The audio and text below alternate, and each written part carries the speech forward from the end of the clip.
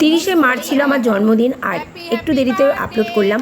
প্রত্যেক বছর আমার মেয়ে সারপ্রাইজ দেয়, কিন্তু এবছর ও ট্রেনে টাকা চুরি যাওয়াতে ও কিছুই করতে পারেনি। সেই জন্য সকাল থেকে ছিল মন খারাপ। আমার হাজব্যান্ড যথারীতি প্রত্যেক বছরের মতো সিমাইয়ের পায়েস রান্না করে দিয়েছিল। আর আমার বাপের বাড়িতে ছোটোবেলা থেকেই কিন্তু কোনোদিনও জন্মদিন পালন করা হতো না, যেহেতু আমাদের বাড়িতে নিয়ম ছিল না। আর শ্বশুর বাড়িতেও আমাদের চালের পায়েস করার নিয়ম নেই, সেই কারণে সিমাইয়ের পায়েস। সকাল থেকে মেয়ের মন খারাপ, কিছুই হচ্ছিল না বলে।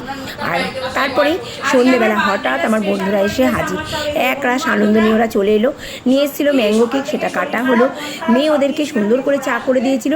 চাটা সত্যি ভালো হয়েছিল, এটা আমার কথা নয়, এটা ওদের কথা ছিল। যাই হোক, আর ওরা নিয়ে এসেছিলো আমার জন্য ভেজিটেবল চপ, আর তার সঙ্গেও কিন্তু ছিল একটা গিফট। ওরা আমাকে একটা বালা গিফট করেছিল, যেটা তোমাদেরকে দেখানো হলো না। এরপর আমার হাজব্যান্ড নিয়ে এসেছিলো চিকেন এগ রোল আর মিষ্টি, সেগুলো খেয়ে সুন্দরভাবে আমার বার্থডে সেলিব্রেশন হলো। এইরকম বন্ধু থাকা ভীষণভাবে দরকার। প্রত্যেকের জীবনে বন্ধুত্ব কিন্তু একটা আনন্দের জোয়ার এনে দেয়।